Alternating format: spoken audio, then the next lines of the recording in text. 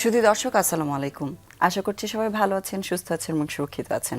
আপনাদের সবাইকে স্বাগত জানাচ্ছি আমাদের বাংলা ভিশনের স্বাস্থ্য বিষয়ক সাপ্তাহিক আয়োজন থাই বেবি ডাইপার স্বাস্থ্য কথা অনুষ্ঠানে।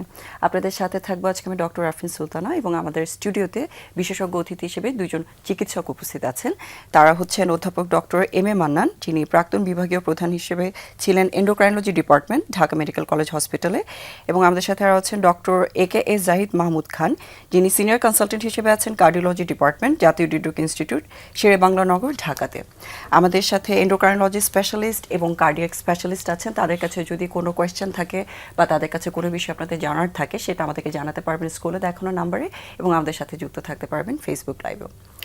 স্যার, আপনার কাছে প্রথমে যে বিষয়টা নিয়ে জানতে চাই সেটা হচ্ছে সিজনাল ডিজিজগুলো নিয়ে আমরা সবসময় চেষ্টা করি যে বিশেষজ্ঞ অতিথিরা আছেন বা আজ আমাদের অনুষ্ঠানে আসেন তাদের সাথে সমসাময়িক এবং যে সিজন রিলেটেড চেঞ্জেস যে ডিজিজগুলো থাকে সেগুলো নিয়ে একটু ডিসকাস করতে। সো আপনার বিষয়টার সাথে ডায়াবেটিস যেহেতু রিলেটেড আছে, এই শীতকালে আসলে ডায়াবেটিক রোগী যারা আছেন তাদের কোনো আলাদা করে কোনো সমস্যা তৈরি হতে পারে কিনা বা সিজনাল কোনো ইফেক্ট আছে কিনা সেটা দিয়ে আলোচনাটা শুরু করতে চাই। জি, ধন্যবাদ আপনাকে এই প্রশ্ন করার জন্য। ডায়াবেটিস শীতকালে একটু বেড়ে যায় কারণ কতগুলো কারণ রয়েছে। যেমন শীতকালে মুভমেন্টটা মানুষের কম হয়, মানুষের চলাফেরা ধীর গতি আসে। তাছাড়াও কিছু কিছু শীতকালে মানুষের একটা পিঠা, বিভিন্ন ধরনের মিষ্টি, খেজুরের রস, বিভিন্ন ধরনের খাবার, মিষ্টান্ন, অতিথিরা এগুলা চলে আসে শীতকালে বেশি। আর শীতকালে ডায়াবেটিসটা একটা আরও বাড়ার কিছু কারণ আছে। যেমন শীতকালে কিছু কিছু শীতে কিছু কিছু হরমোন নিঃসৃত হয়। হরমোন, যে সমস্ত হরমোনগুলো ইনসুলিনের কাজে ব্যাহত ঘটায়, যার ফলে হয় কি সেখানে ডায়াবেটিস আরও বেড়ে যায়। তখন ডায়াবেটিস আনকন্ট্রোল হয়ে যায়। মানে সরাসরি আবহাওয়ার যেরকম প্রভাব থাকছে সাথে আমাদের যে অভ্যাসের কিছু পরিবর্তন হয়, সেটা খাওয়া দাওয়া, হাঁটা চলা, সেটাও ইফেক্ট এটা একটা ইফেক্ট। আর তাছাড়া শীতকালে আমাদের সর্দি, কাশি, হাঁচি, তারপরে হাঁপানি এগুলা বেড়ে যায়। এই বেড়ে গেলে স্ট্রেস আর বডিতে পড়ে। স্ট্রেস যখনই পড়বে তখন কিছু স্ট্রেস হরমোন, আবার সেখানে যে সমস্ত স্ট্রেস হরমোনগুলো আছে, অ্যাড্রেনালিন, নরঅ্যাড্রেনালিন, তারপরে গ্লুকাগন, এই সমস্ত হরমোনগুলা, গ্রোথ হরমোন, স্টেরয়েড, এইগুলা হরমোন আবার এই ইনসুলিনকে কাজে ব্যাহত ঘটায়, যার ফলে আবার ডায়াবেটিস বেড়ে যায়। সুতরাং এই দিক দিয়ে একটু আলাদা সচেতনতা আবার বেশি বেড়ে তুলতে হবে রুগীকে, যাতে শীতে তারা বাহিরে যাওয়ার সময় যেন শীতটা বেশি না লাগে, কাপড় চোপড় পরে, তারপরে গলায় বা মাথায় বা ঠান্ডা পানি ব্যবহার না করে, তারপরে যে সমস্ত জিনিসকে রোগ বাড়ায়। যেমন আমি, যদিও আমাদের কার্ডিওলজিস্ট আছেন, আমি বলি যে শীতকালে যাদের হার্টের ডায়াবেটিস থাকলে তাদের সঙ্গে হার্ট সাধারণ থাকে। আর হলো হাইপার টেনশন একটা কজ অফ ডায়াবেটিস বাড়ানোর কারণ হচ্ছে হাইপার টেনশন। আবার ওই শীতের দিনে তেমনি ভ্যাসোকনস্ট্রিকশন হয়, হার্ট অ্যাটাকের প্রবণতা বেড়ে যায়। এই ধরনের রোগগুলা বেড়ে গেলে আবার ডায়াবেটিসও বাড়ে, একটার সাথে আর একটা রিলেটেড। সুতরাং এই বিষয়ে একটু আলাদাভাবে তাকে সতর্কতা অবলম্বন করতে হবে রুগীকে। জি, অনেক ধন্যবাদ। ডক্টর জাহিদ, আপনার কাছে একটু সেম প্রশ্নটা করতে চাই, যেহেতু উনি মেনশন করেছেন অলরেডি কিছু কিছু ইফেক্ট যেরকম ডায়াবেটিক রোগীদের হচ্ছে, ভাস্কুলার রিজনে হয়তো হাইপার টেনশনটাও বেড়ে যাচ্ছে, বা কার্ডিয়াক রোগীদের কোনো ইফেক্ট হচ্ছে কিনা। আপনাকে সেম প্রশ্নটা একটু করতে চাই, শীতকালে এই যে সিজনাল চেঞ্জের জন্য বা ওয়েদার বা টেম্পারেচার চেঞ্জ, কার্ডিয়াক রোগী যারা আছেন বা যারা হাইপার টেনশনের রোগী আছেন তাদের কোনো ইফেক্ট করে কিনা? ধন্যবাদ আপা। আমি প্রথমে একটু কারেকশন করে নিচ্ছি যে আমি অ্যাসিস্ট্যান্ট প্রফেসর, জাতীয় হৃদরোগ ইনস্টিটিউট, কার্ডিওলজি ডিপার্টমেন্ট এবং সিনিয়র কনসালটেন্ট কার্ডিওলজি ল্যাবেট কার্ডিয়াক হাসপাতাল, ধানমন্ডিতে আছি। ধন্যবাদ আপনাকে এই প্রশ্নের জন্য। আসলে ওইরকম খুব ভালো স্ট্যাটিস্টিক্স আমাদের হাতে নেই যে কার্ডিয়াক প্রবলেমগুলো শীতকালে বেশি হয়। তবে এটা দেখা যায় সচরাচর, যে স্যার বললেন যেটা ভ্যাসোকনস্ট্রিকশন হয়, সেখানে উচ্চ রক্তচাপ একটু বাড়তে পারে, হার্ট অ্যাটাকের প্রবণতা বেড়ে যায়। তারপরে মানুষ যেমন কর্মঠ থাকে না, একটু শীতের মধ্যে থাকে, সেই ক্ষেত্রে দেখা যায়। কিন্তু পার্টিকুলার ওরকম স্ট্যাটিস্টিক্স আসলে আমাদের হাতে নাই যে শীতকালেই হার্ট অ্যাটাক বা হাইপারটেনশন এভাবে বেড়ে যায়। জি, আপনার কাছে আজকে একটু যে বিষয়টি নিয়ে জানতে চাই সেটা হচ্ছে হার্টের কথা আমরা যখনই চিন্তা করি তার সাথে ওতপ্রোতভাবে সম্পর্কিত আছে হার্ট রেট বা হৃদস্পন্দন আমরা যেটা বলি। সো ডেফিনেটলি হার্টের রোগের উপসর্গ হিসেবে এই হৃদস্পন্দনের তারতম্য একটা কমন একটা বিষয় বা হার্ট রেটের যে চেঞ্জেসগুলো আছে। সো এইটার বিষয়ে আজকে একটু জানতে চাই বিস্তারিত আপনার কাছে, আসলে কিভাবে হৃদরোগের সাথে এটা সম্পর্কিত থাকে এবং কি কি রোগগুলোর উপসর্গ হিসেবে আসলে হার্ট রেটের চেঞ্জেসটা আসতে পারে। ধন্যবাদ আপা। হার্ট রেট প্রথমে আমাদের জানতে হবে যে নর্মাল কত। হার্ট রেট বা যে আমরা পালস দেখে থাকি, হৃদস্পন্দন বলি, সেম কথা। এটা আমরা স্টেথোস্কোপ দিয়ে হার্টে যেটা দেখি আর পালস দেখি যেটা, সেটাই হচ্ছে হার্ট রেট বা হৃদস্পন্দন। এটা সাধারণত 60 থেকে 90 হচ্ছে নর্মাল। মানে একজন প্রাপ্তবয়স্ক একটা মানুষের জন্য। প্রাপ্তবয়স্ক লোকের, বাচ্চাদের একটু বেশি হয় হার্ট রেট। তো এটা হচ্ছে যে 60-এর যদি নিচে আসে তাহলে এটাকে হার্ট রেট কম বা আমাদের মেডিকেল টার্মে বলি ব্র্যাডিকার্ডিয়া। আর 100-র বেশি যদি চলে যায় তাহলে এটাকে বলে ট্যাকিকার্ডিয়া বা হার্ট রেট বেশি। এটা বোঝার উপায় কি, যে সাধারণত মানুষ বলে যে আমার বুক ধড়ফড় করে, এটা নিয়ে আমাদের কাছে প্রেজেন্ট করে। এটার যদি কারণ বলতে যাই তাহলে দেখা যাচ্ছে যে ফিজিওলজিক্যাল কজ, যে একটা মানুষ দৌড়াচ্ছে তার তো হার্ট রেট বেড়ে যাবে, এক্সারসাইজ করতেছে। জি। তারপরে হচ্ছে যে প্রেগন্যান্সি যেমন মহিলাদের, সেটাই হার্ট রেট বাড়ে, অ্যাংজাইটিতে হার্ট রেট বাড়ে। এগুলো কিন্তু সাধারণত ফিজিওলজিক্যাল কজ। এছাড়াও প্যাথোলজিক্যাল যে সমস্ত কজ, তার মধ্যে সবচেয়ে কমন একটা মেডিসিন, ওষুধ। যে ধরেন একটা যে রোগী একটা আমাদের ইসের যেমন অ্যাজমার রোগী, হ্যাঁ, সে স্প্রে নিচ্ছে, ভেন্টোলিন স্প্রে নিচ্ছে, ভেন্টোলিন ট্যাবলেট খাচ্ছে, ডক্সোফাইলিন ট্যাবলেট খাচ্ছে, তার কিন্তু হার্ট রেট বেড়ে যায়। এবং বিভিন্ন ওষুধ আছে, যেমন কার্ডিয়াকও কিছু ওষুধ আছে, মানে কিছু কিছু ওষুধের সাইড ইফেক্ট হিসেবে সাইড তখন ইফেক্ট, যেমন আমরা হৃদস্পন্দনটা বাড়ছে। প্রেশার ওষুধ দেই, অ্যামলোডিপিন দেই, সেখানে হার্ট রেট বেড়ে যাচ্ছে। তেমনিভাবে আবার কিছু রোগের কারণেও হার্ট রেট বাড়ে। যেমন স্যারের রোগ আছে থাইরোটক্সিকোসিস, হার্ট রেট বেড়ে যেতে পারে। অ্যাকিউট হার্ট ফেলিওর নিয়ে আসলে একটা রোগী হার্ট অ্যাটাকের পর, সেটাও হার্ট রেট বেড়ে যায়। বিভিন্ন কারণ আছে যেগুলো প্যাথোলজিক্যাল কজ আমাদের হার্ট রেট বাড়ার। অন্যদিকে যদি আবার হার্ট রেট ধরেন কমে যায়, সেটাও কিন্তু একটা রোগ। সেটার মধ্যেও যে একটা রোগ শুয়ে আছে তার কিন্তু হার্ট রেট কম, ঘুমায় আছে তার হার্ট রেট কম, এটা ফিজিওলজিক্যাল কজ। আবার অ্যাবনর্মালিটি, যেমন একটা হার্ট অ্যাটাকের রোগী হলো, তার যদি কোনো ব্লক হয়, যেমন হচ্ছে আমাদের রক্তনালীর ব্লক না, এটা হচ্ছে ইলেকট্রিসিটির ব্লক, সেখানে হার্ট ব্লক বলি আমরা, কমপ্লিট হার্ট ব্লক হবে, সেখানেও কিন্তু হার্ট রেটটা কমে যায়। এটা আমাদের দেখতে হবে যে এই হার্ট রেট কমলে তাকে কিন্তু আমাদের তাড়াতাড়ি একটা রেসপন্স দিতে হবে, ভালো চিকিৎসা দিতে হবে। তাহলে হার্ট রেট হচ্ছে নর্মাল হতে পারে, বেশিও হতে পারে, কমও হতে পারে। এটার কিছু সাধারণ ফিজিওলজিক্যাল কজ এবং প্যাথোলজিক্যাল কজ, যেটা রোগের কারণেও হার্ট রেট কমতে পারতে পারে। জি। আচ্ছা, আমি একটা অ্যাড করি, অবশ্যই। যেহেতু উনি বলছেন ফিজিওলজিক্যাল কজের মধ্যে হার্ট রেট কম, একটা কিন্তু যে সমস্ত ওবেস পার্সন তাদেরও কিন্তু অনেক সময় হার্ট রেট কম থাকে, যারা অ্যাথলেটিক্স তাদেরও কিন্তু হার্ট রেট কম থাকে। আর আমার ইন্ডোক্রাইনোলজিতে হার্ট রেট হাইপোথাইরয়েড আছে, এটাও এটা মাথায় রাখতে হয় সবাইকে, যে এটা হার্ট রেট যে কম পেলাম, এটা আমাদের নর্মাল কেস না, এটা হলো মানে কোনো ডিজিজের জন্য হয়েছে না ওষুধের জন্য হয়েছে। এটা যেমন বিটা ব্লকার খাইলে হার্ট রেট কমে যায়, কিছু ওষুধ আছে। এই সমস্ত জিনিসগুলো মাথায় রেখে আমাদের এগুতে হয় যে হার্ট রেট চেঞ্জ হওয়ার কারণগুলো। আমরা যেমন একটা পেশেন্ট আসলে ব্লাড প্রেশার যেভাবে দেখি, অনেক সময় কিন্তু আমাদের হার্ট রেটটা মিসিং হয়, কারণ পালস দেখতে চায় না বা দেখে না অনেকে সেটা। কিন্তু ব্লাড প্রেশারের সাথে মনিটর করার সাথে এখন যেমন ডিজিটাল বিপি মেশিন আছে, হার্ট রেট অটো উঠে যাচ্ছে। আমাদেরও উচিত এবং প্রত্যেকটা সবার রেগুলার চেকআপ। ডিজিটাল মেশিনের একটা ডিসঅ্যাডভান্টেজ বলি, মানে যখন ব্যাটারি ডাউন হয়ে যায় তখন হঠাৎ বেড়ে যায়, হঠাৎ কমে যায়। আর রুগী এসে বলে যে স্যার আমার তো আজকে ব্লাড প্রেশার আজ কয়েকদিন থেকে উঠানামা করতেছে। আমি বলি যে আপনি ওতে মানে দুশ্চিন্তা করবেন না, যেহেতু এই ডিজিটাল মেশিনে কিন্তু উঠানামা করতেই পারে, মানে ফাংশনটা অনেক সময় অল্টার হয়ে যায়, উঠে যায়। আর তাছাড়া যদি আপনি খালি ওটা নিয়ে চিন্তা করেন আরও প্রেশার বেড়ে যাবে। সুতরাং আপনি একজন কার্ডিওলজিস্ট বা যারা স্পেশালিস্ট তাদের কাছে পরামর্শ নেবেন, এই বলে অবশ্যই ইয়া করতে হয়। যেহেতু আপনার হৃদরোগ এবং ডায়াবেটিস দুইটার মধ্যেই একটা ওতপ্রোত সম্পর্ক আছে, সো একটু জানতে চাই যে কার্ডিয়াক রোগীদের সাথে ডায়াবেটিক রোগীদের সম্পর্কটা আপনার বিশেষজ্ঞ হিসেবে আপনি কিভাবে প্রতিস্থাপন করতে চান আমাদের দর্শকদের কাছে? এটা একটা খুবই গুরুত্বপূর্ণ প্রশ্ন। অনেক সময় রুগী আসে বলে স্যার আমার বুক ধড়ফড় করে, অস্থির লাগে, তারপরে আমি ঘুমাইতে পারি না, টেনশন, এই সমস্ত জিনিসের দুশ্চিন্তা, এগুলা নিয়ে যখন আসে তখন হঠাৎ মনে করে যে মানুষ ওই রুগী মনে করে যে আমার বোধহয় পালপিটেশন হচ্ছে, বুক ধরফর করতেছে, অস্থির লাগতেছে, কার্ডিওলজিস্টের কাছে যায়। কার্ডিওলজিস্টের সব ইসিজি, এক্সরে, ইকো সব কিছু পরীক্ষা টরীক্ষাতে কিছুই নাই, সে নর্মাল। তো নর্মালের কজটা বের করতে হবে যে সত্যিকারে কী কারণে নর্মাল। এনজাইটি টেনশন একটা হতে পারে, তারপরে একটা থাইরোটক্সিকোসিস যদি থাকে, আমাদের থাইরয়েড হরমোন, যে এক্সেসিভ থাইরয়েড হরমোন যখন সিক্রেট হয় তখন তার পালপিটেশন, অস্থির লাগা, ওয়েট কমে যাওয়া, খাওয়া দাওয়া ঠিক আছে, খায় দায় শরীর শুকায় যায়। এটা হলো মানে একটা one of the important cause of thyrotoxicosis, মানে থাইরয়েড হরমোনটা এক্সেসিভ রিলিজ হচ্ছে আমাদের থাইরয়েড গ্ল্যান্ড থেকে, যার ফলে এই সমস্ত হাইপার মেটাবলিজম হয়। মেটাবলিজম বেশি হলে তখন সে বেশি অ্যাক্টিভ বেশি হয়ে যায়, ছটফট করে, সব কাজে মনে হয় যে আমি সবার আগে যাব, এই ধরনের তার একটা টেন্ডেন্সি থাকে।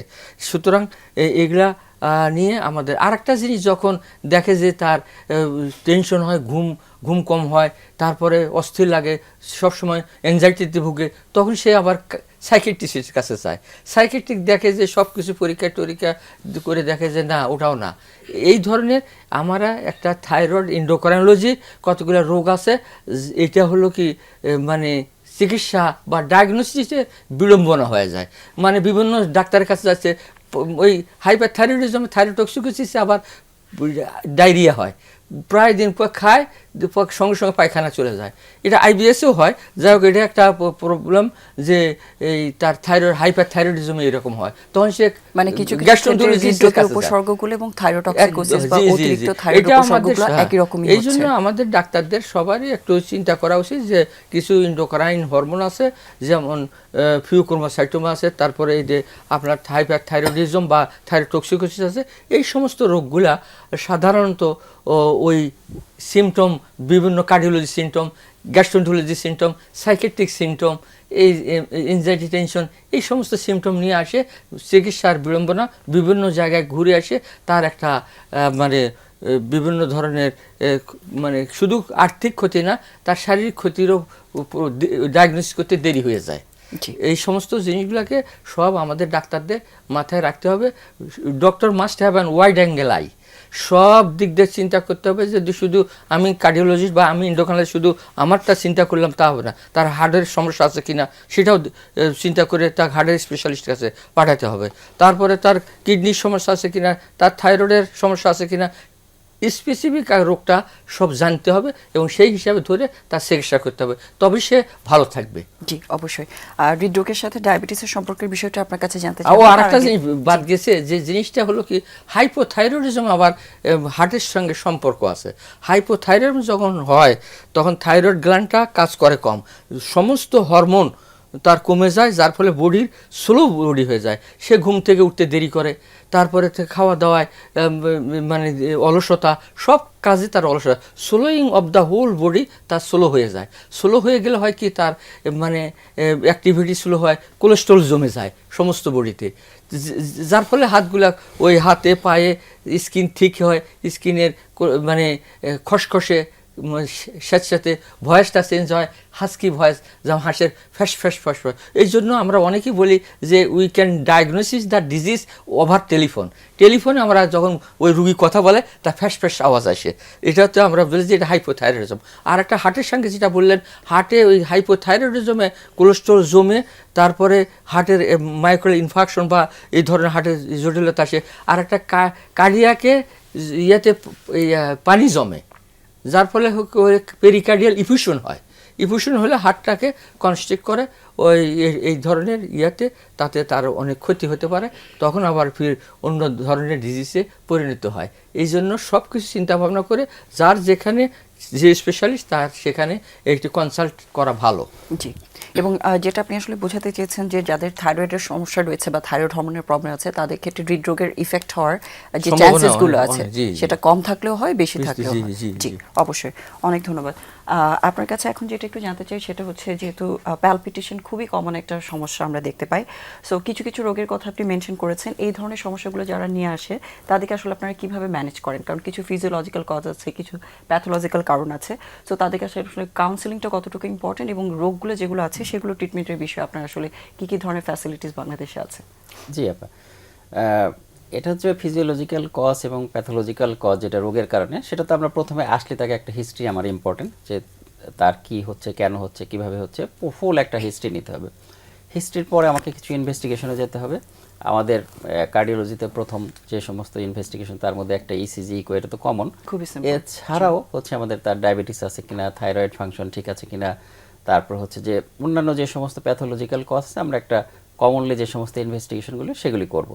করার পর তাকে আমি কোনো ড্রাগস খাই কিনা, সেটা একটা বললাম আগে, সেটা একটা মেইন হিস্ট্রি, যে তার ড্রাগসের জন্য ট্যাকিকার্ডিয়া বা হার্ট রেট বেড়ে যাচ্ছে কিনা সেটা দেখব। সেটা দেখার পর তখন যেটা ডায়াগনোসিস হয় যে তার কি ফিজিওলজিক্যাল না প্যাথোলজিক্যাল, সেই হিসাবে আমাকে ট্রিটমেন্ট আগাতে হবে। মানে আমাদের রোগ আগে ডিটেক্ট করতে হবে, তারপরে তাকে ট্রিটমেন্ট দিতে হবে।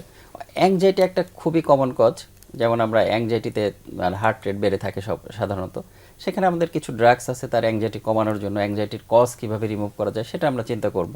মানে আমাদের কথা হচ্ছে যে তার ফিজিওলজিক্যাল প্যাথোলজিক্যাল ভাগ করে এবং তার প্রাইমারি যে সমস্ত ইনভেস্টিগেশন লাগে সেগুলি করে ডায়াগনোসিস করে ডিজিজটা কি, কেন তার হার্ট রেট বেশি অথবা তার হার্ট রেট কেন কমে, সেই হিসেবে প্রসিড করে আমাকে ট্রিটমেন্টে যেতে হবে। জি, অবশ্যই। আমাদের আসলে একটা অভ্যাস আছে ওষুধের উপর নির্ভরশীলতা খুব বেশি। সো এই ধরনের যাদের হৃদস্পন্দনের সমস্যাগুলো আছে, তাদের ক্ষেত্রে মেডিটেশন বা স্ট্রেস রিলিভের যে অভ্যাসগুলো আছে, এগুলো কোনো হেল্প করতে পারে কিনা, বা এগুলো Definitely. প্র্যাকটিস করার ইম্পর্টেন্স আছে কিনা? ডেফিনেটলি, কারণ হচ্ছে যে এখানে যদি আমি কিছু প্যাথোলজিক্যাল কজ পাই, তার অ্যাংজাইটির একটা কারণ পেয়ে থাকি, তাহলে তো সেখানে এটা খুবই ইম্পর্টেন্ট যে তার আমি মেডিসিন না দিয়ে তার মেডিটেশনের মাধ্যমে তার যে সমস্ত সাইকোলজিক্যাল চেঞ্জ করে তাকে যদি সেটা হার্ট রেট কমিয়ে আনতে পারি, এটা বেস্ট ওয়ে। সেটা তো আমাকে করতেই হবে, কারণ তাছাড়া আমি অতিরিক্ত তার মেডিসিন দিয়ে কেন কমাবো, কজ যদি ফাইন্ড আউট করতে পারি, সেখানে মেডিটেশনের অবশ্যই রোল রয়েছে। আরেকটা বিষয় একটু জানতে চাই, সেটা হচ্ছে যেহেতু হার্ট রেটের একটা অংশ আপনি বলেছেন যে হার্ট রেটটা কমে যাওয়ার, আমরা তো বারবার আসলে প্যালপিটেশন বা হৃদস্পন্দন বেড়ে যাচ্ছে সেই রোগগুলো নিয়ে কথা বলছি, যেই রোগগুলোতে এই হৃদস্পন্দনটা কমে যাচ্ছে সেই রোগগুলোর বিষয় একটু জানতে চাই। সেটা হচ্ছে যেমন ইন্ডোক্রাইনোলজির একটা কজ, ফিজিওলজিক্যাল কজ আছে যে হাইপোথাইরয়েডিজম, সেটা হতে পারে অ্যাথলেটিক্সদের কমে যায়, সেটা হতে পারে। কিন্তু কিছু ড্রাগস আছে যেমন বিটা ব্লকার, সেটা কমে যায়, সেটা হতে পারে। এছাড়া যদি কোনো, যেমন হার্ট অ্যাটাকের পর, হার্ট অ্যাটাক অ্যাকিউট এমআই যেতে বলি, সেখানে কিন্তু হার্টবিট কমে যায়। তখন আমাদেরকে ফিজিওলজিক্যাল কজ যদি হয় সেটা ট্রিটমেন্ট সেরকম হবে, ড্রাগ যদি হয় সেটাকে উইথড্র করতে হবে। আর প্যাথোলজিক্যাল কজ আমাদের খুবই কমন কজ, আমাদের যেটা হার্ট রেট কমে যায়, আমাদের সিসিউতে পাই আমরা অ্যাকিউট হার্ট অ্যাটাক, বিশেষ করে হার্টের ইনফেরিয়র সারফেস, ইনফেরিয়র এমআই বা অ্যাকিউট অ্যান্টেরোসেপ্টাল এমআই বলি, মায়োকার্ডিয়াল ইনফেকশন, সেখানে কিন্তু অনেক সময় হার্ট রেট একেবারেই কমে যায়, যে নর্মাল 60 তার থেকে কমে 30-40 হয়ে গেল। তখন আমরা তাকে তো বিটা ব্লকার যদি খায় যে ওষুধটা, সেটাকে উইথড্র করি এবং তাকে সাধারণত এই হার্ট রেট যদি এবার ঠিক না থাকে তাহলে কিন্তু ব্রেন সাপ্লাই পাবে না, সাথে সাথে তার ব্রেনের ইস্কেমিয়া ডেভেলপ করে, সারা অর্গানগুলোই তো হার্টের উপর নির্ভরশীল। তখন আমাদের একটা পেসমেকার বলি, এটা একটা জানা দরকার, যে টেম্পোরারি পেসমেকার, টিপিএম বলে থাকি। এটা আমরা পায়ের ফিমোরাল ভেইন দিয়ে যে হার্টের মধ্যে ওই যে হার্ট রেট কম, সেটাকে কম্পেনসেট করার জন্য অস্থায়ীভাবে ব্যাটারির মাধ্যমে হার্ট রেট ঠিক করে দিই। তারপরে যেহেতু তার হচ্ছে হার্ট অ্যাটাক হয়েছে, সেগুলোর চিকিৎসা দেই। অ্যাট দ্য সেম টাইম আমরা ফলো আপ করি যে হার্ট রেটটা কি বাড়ছে কিনা টিপিএম লাগানো অবস্থায়। অনেক ক্ষেত্রে খুব কমনলি যেটা পাই যে হার্ট অ্যাটাকের পরে সেটা পাওয়া যায়, সেই ক্ষেত্রে আস্তে আস্তে টিপিএমটা আমরা উইথড্র করতে পারি, অথবা তাকে যে প্রাইমারি কজ যেটা হার্ট অ্যাটাক, সেটাকে যদি আমরা প্রাইমারি পিসিআই অথবা অ্যানজিওগ্রাম করে রিং লাগাই দেই, তখন আর টিপিএম লাগে না।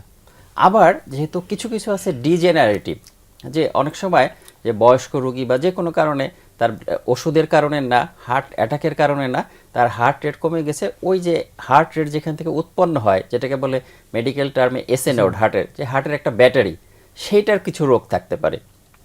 সেটার একটা পথ আছে, পাথওয়ে বলি, যে একটা জায়গা থেকে ইলেকট্রিসিটি উৎপন্ন হচ্ছে, সারা হার্টটাকে ইলেকট্রিফাইং করে হার্টকে কন্ট্রাকশন করতেছে।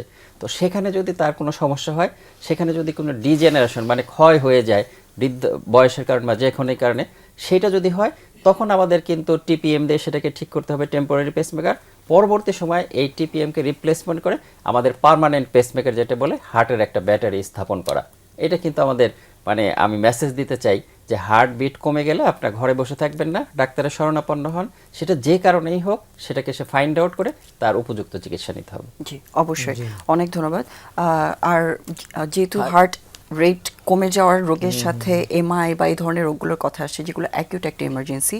সো ডায়াবেটিক রোগী যারা থাকেন তাদের ক্ষেত্রে কিন্তু অনেক সময় এই উপসর্গগুলো পাওয়া যায় না, আমরা বলি যে সাইলেন্ট এমআই হয়ে থাকে। এই বিষয়টি নিয়ে আপনার কাছে জানতে চাইবো। দর্শক, আমরা একটা ছোট্ট বিরতিতে যেতে চাচ্ছি থাই বেবি ডায়াপার স্বাস্থ্যগত অনুষ্ঠান থেকে, ততক্ষণ পর্যন্ত আমাদের সাথেই থাকুন।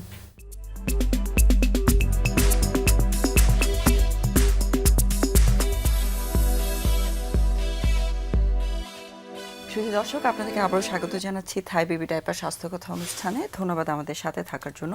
এবং আজকে স্টুডিওতে আমাদের সাথে অতিথি হিসেবে উপস্থিত আছেন অধ্যাপক ডক্টর এম এ মান্নান এবং ডক্টর এ কে জাহিদ মাহমুদ খান।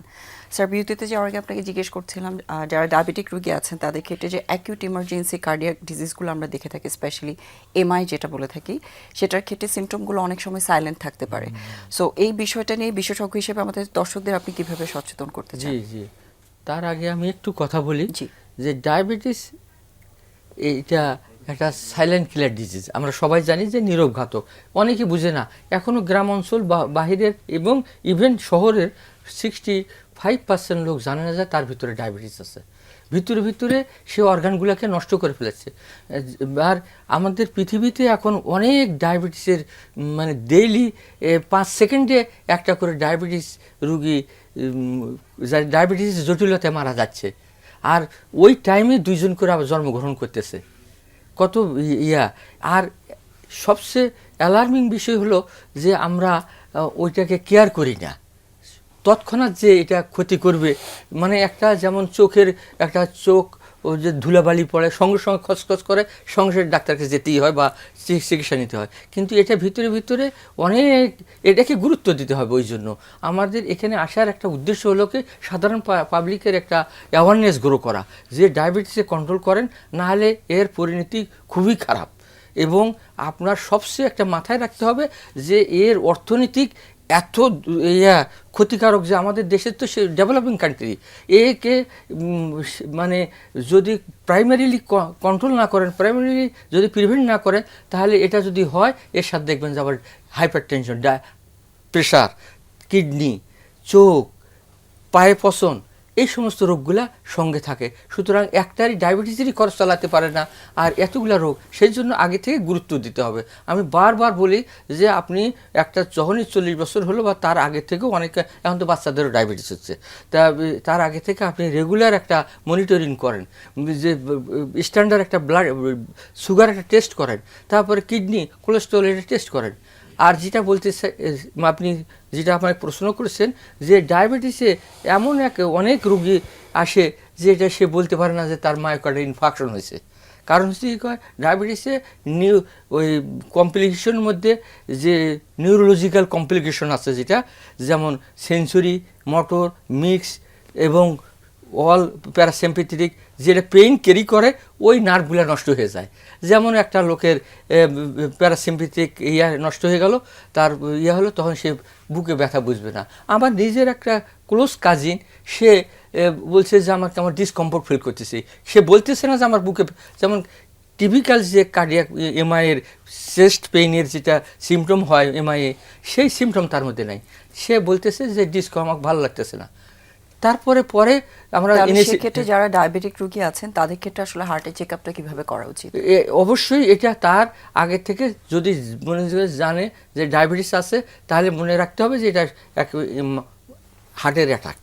আর তখনই সঙ্গে সঙ্গে কোনো দেরি না করে তাকে আমরা নিকটস্থম কোনো হাসপাতাল বা আমাদের যে হৃদরোগ হাসপাতাল আছে সেখানে নিয়ে যাওয়ার চিকিৎসার ব্যবস্থা করা উচিত।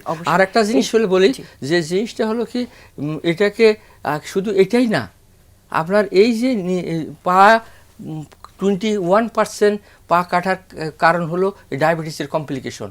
মানে আমাদের যখনই দেখা যায় যে পচন, গ্যাংগ্রিন হয়, পচন শুরু হয়, তখন তাকে দেখা যায় যে পা কাটতে হচ্ছে। এটা কী জন্য?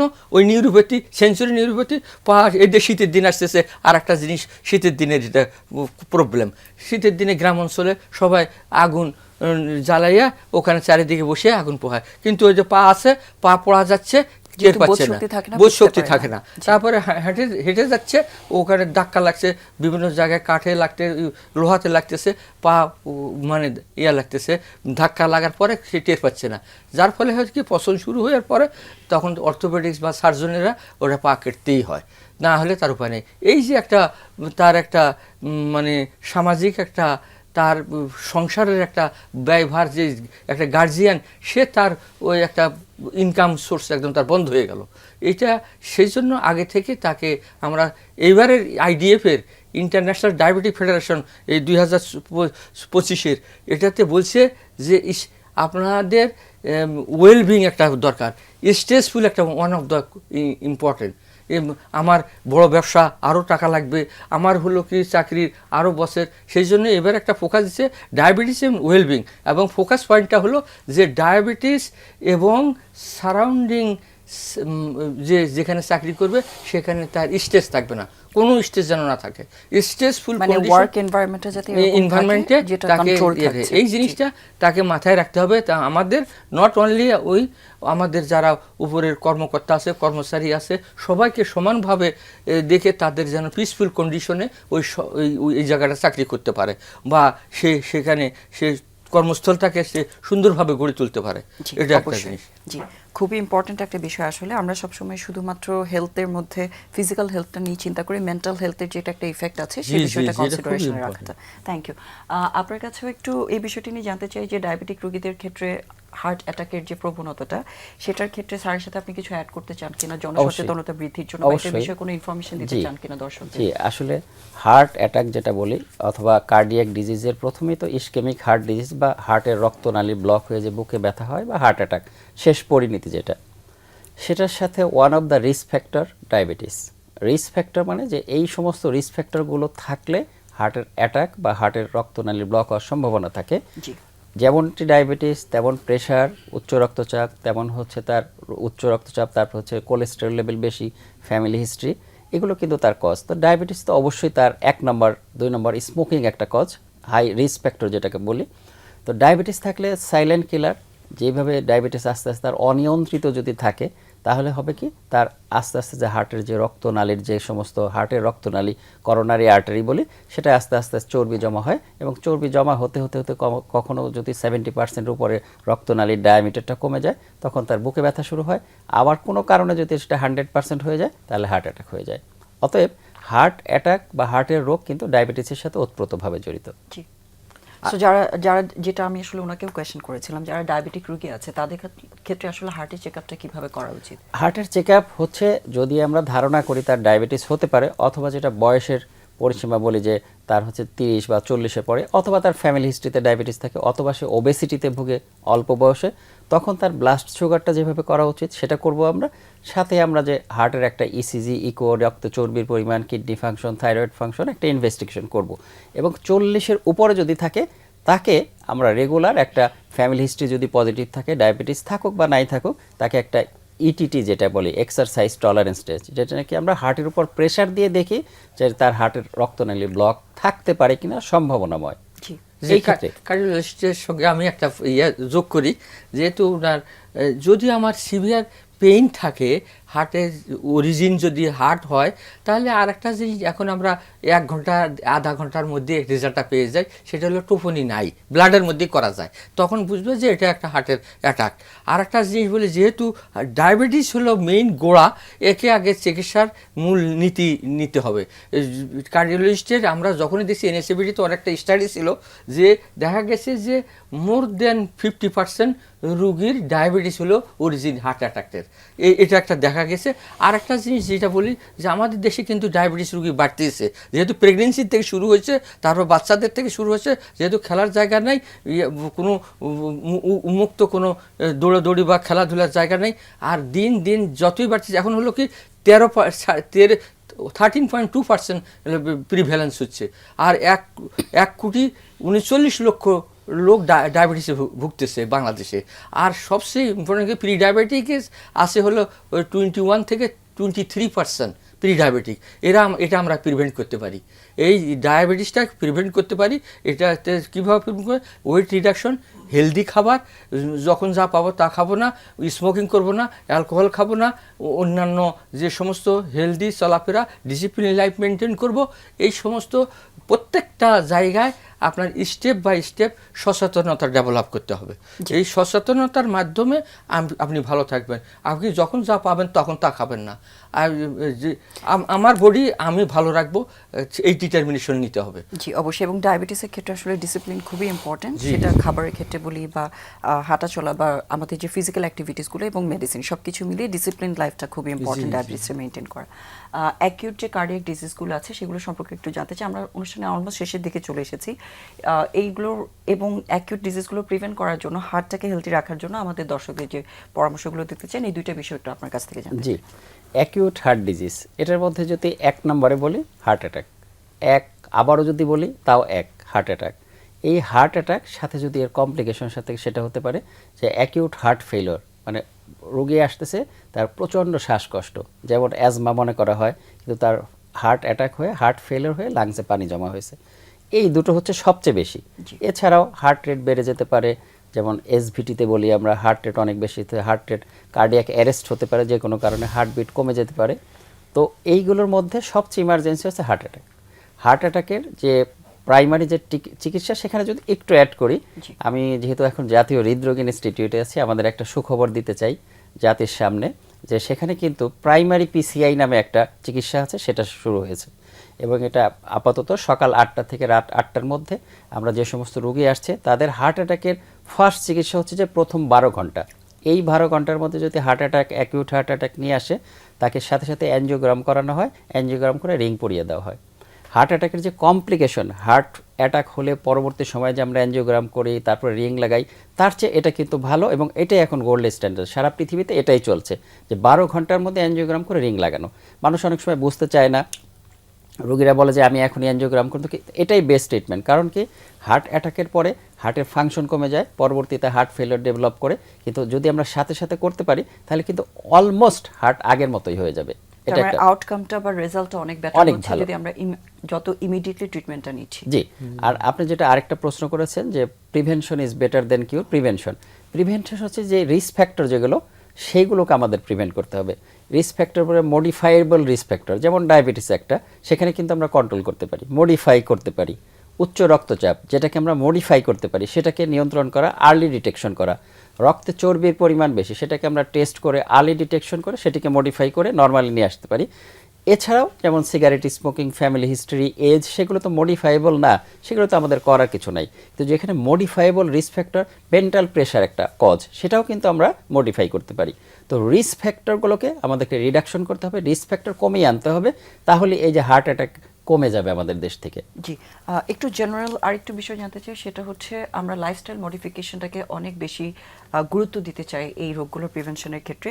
সো একটু স্পেসিফিক্যালি যদি কার্ডিয়াক রোগী যারা আছেন তাদের জন্য একটু কিছু অ্যাডভাইস দিতেন কিভাবে সেগুলো, যেটা আগেই বলা হয়েছে যে হেলদি ফুড, এক্সারসাইজ এবং অ্যাভয়েডেন্স। সব কিছু হেলদি ফুডের ভিতরে যেমন আমরা শাকসবজি, ফ্রেশ ফ্রুটস, সেগুলো বেশি খাবো। ফ্রেশ ফ্রুটস খেতে পারি, ফলমূল বেশি, তারপরে শাকসবজি বেশি, সেগুলো। তারপর যেগুলো হেলদি, ফ্যাটগুলোকে অ্যাভয়েড করে ফাইবার রিচ এবং আনহেলদি ফুড যেগুলো আমরা প্রায় খুব আমাদের, যেমন ধরেন যে সেটা ফ্যাটি ফুড যেগুলোর ভিতরে আছে, গরু মাংস, খাসি মাংস, তারপর হচ্ছে যে ফাস্ট ফুড, তারপর হচ্ছে চর্বিযুক্ত যে সমস্ত খাবার, সেগুলোকে আমরা অ্যাভয়েড করতে পারি। এটা হচ্ছে খাওয়ার। আর এক্সারসাইজ তো অবশ্যই, তাকে ওয়েট রিডাকশন করতে হবে, তার ওজন পরিমিত রাখতে হবে। যখন ওয়েট বেশি হবে, তার সাথে যে সমস্ত কমপ্লিকেশনগুলো আছে, তার সাথে প্রি ডায়াবেটিক, ডায়াবেটিস, কোলেস্টেরল বেশি থাকবে, আবার সেটা রিস্ক ফ্যাক্টর হিসাবে চলে যাবে। তাহলে একটা হচ্ছে যে তার মডিফাইবল করতে হবে, যেগুলো নাকি খাবার দাবারের ভিতরে রিস্ক ফুড অ্যাভয়েড করব, এবং যেগুলো আমাদেরকে স্বাস্থ্য সুরক্ষা করে, যে সমস্ত ফ্রুটস, ফ্রেশ ফ্রুটস বলা হয়, যে ফ্রেশ ফ্রুট, সবজি, সেগুলো বেশি খাবো। এবং যেগুলো স্মোকিং, যেটা স্মোকিং করবো না, অ্যালকোহল খাবো না, সেগুলো তো আছেই আমাদের। আর হচ্ছে ওয়েটটাকে রিডাকশন করব, এটা হচ্ছে আমাদের লাইফস্টাইল মডিফিকেশনের অংশ। এই কাজগুলোতে কিন্তু পয়সা লাগে না, যখন রোগ হয়ে গেল তখন পয়সার মধ্যে পড়ে গেল মানুষের। এই জন্য আমি বলি যে প্রত্যেকটা মানুষকে, সে ডায়াবেটিস আর নন ডায়াবেটিস বা হার্টের ইয়ে না থাকুক, প্রত্যেকদিন 30 মিনিট করে হাঁটবে। কিন্তু আরেকটা জিনিস শীতের দিনে বলা হয় যে আমরা ইয়ার কিন্তু 3টা এক্সারসাইজের কিন্তু আমরা বলি যে আমাদের যে ইয়া শেখানো হয়েছে সেটা হলো 3টা ফেজ। একটা হলো ওয়ার্মিং ফেজ, ফার্স্টে আগে দৌড়াবেন না, জি। আস্তে আস্তে আস্তে আস্তে গরম করে নেবেন। তারপরে হলো রানিং ফেজ, তারপরে হলো রিল্যাক্সেশন ফেজ। এই 3টা ফেজে ইয়া করলে আপনার সব সময় ভালো থাকবেন। আর হঠাৎ এই শীতের দিনে যদি আপনি যেহেতু সবগুলা কুচকানো আছে ইয়া আছে, যদি হঠাৎ দেন প্রেশার পড়বে, হার্টের উপর প্রেশার পড়বে, ব্রেনের উপর প্রেশার পড়বে, সব কিছুতে প্রেশার পড়ে মানুষ অজ্ঞান হতে পারে। এই জন্য আস্তে আস্তে হাঁটার বা ব্যায়ামের কোনো সময় কিন্তু স্পেসিফিক নাই। জি। আপনি সকালেও হাঁটতে পারেন, দুপুরেও হাঁটতে কিন্তু পারেন, physically active থাকতে হবে। অ্যাক্টিভ থাকতে হবে। এটা থাকতে পয়সা লাগে না, এটার কোনো ইয়া নাই। আমরা এই জিনিসটা সকলেরই একটা অবগতির জন্য সচেতনতা ডেভেলাপ করতে জি, হবে। অবশ্যই। এটাতে তো কোনো টাকা পয়সার দরকার নাই, কিন্তু অবশ্যই। রোগ হয়ে গেলে তখন বিপদ একদম। আমাদের দেশে সব ইয়া চালাতে পারে না। আপনি আমার ইনসুলিন লিখে দেই বলে যে 1 মাস নিয়ে আর নিতে পারে না, বলে যে আমার টাকা নেই এত। জি, তো এই আমরা জিনিসটাই আমরা অনুষ্ঠানে একদমই শেষে চলে এসেছি। আপনাদের দুজনকে আবারও ধন্যবাদ জানাচ্ছি। আমাদের সাথে ছিলেন অধ্যাপক ডক্টর এম এ মান্নান এবং ডক্টর এ কে জাহিদ মাহমুদ খান। এবং খুবই সিম্পল যে কথাটা বারবার আসলে আমাদের বিশেষজ্ঞরা বলছেন সেটা হচ্ছে লাইফস্টাইল মডিফিকেশনে খাবার দাবার কন্ট্রোল করা এবং হাঁটা চলায় ফিজিক্যাল অ্যাক্টিভ থাকে এবং সাথে মেন্টাল হেলথটাকে একটু প্রায়োরিটি দেওয়াটা খুবই একটা ইম্পর্টেন্ট বিষয়। এবং যেটার জন্য বারবারই ওনারা বলছেন এটার জন্য তো আসলে কোনো পয়সা লাগে না, বা শুধু একটু সচেতন হওয়াটা ইম্পর্টেন্ট। আমরা আজকে এই অনুষ্ঠান থেকে বিদায় নিচ্ছি, থাই বেবি ডাইপার স্বাস্থ্য কথা অনুষ্ঠান থেকে। আশা করছি সবাই ভালো থাকবেন। দেখা হবে আবার আগামী সপ্তাহে।